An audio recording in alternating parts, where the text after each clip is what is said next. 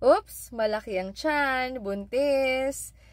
Pero hindi po siya buntis. Ito po ay isang kaso ng liver cirrhosis na lumaki po ang tiyan dahil sa ascites or tubig sa kanyang tiyan.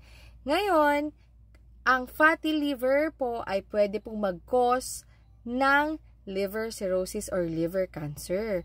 Kala natin fatty liver lang, no? For additional information about fatty liver and liver health, visit nyo po panoorin nyo po itong video na ito. Pero ito ang ating tanong.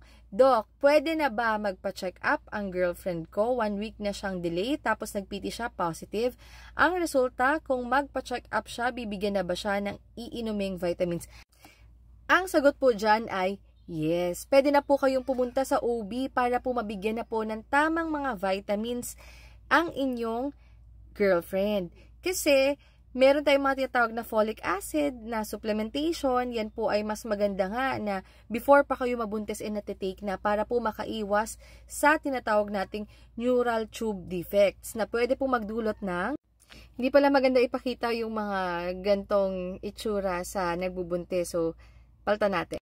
Ayan, ganito na lang ating tingnan. So, para po makaiwas tayo sa mga ganong sakit and para mas ma-advisean kayo at mas maingatan ninyo ang pagbubuntis, mas maganda na as early as that time, makapunta po kayo sa OB ninyo para po maalagaan na po ang inyong girlfriend. So, congrats po sa inyo. Ayan, para ang makita nyo is mga cute little babies.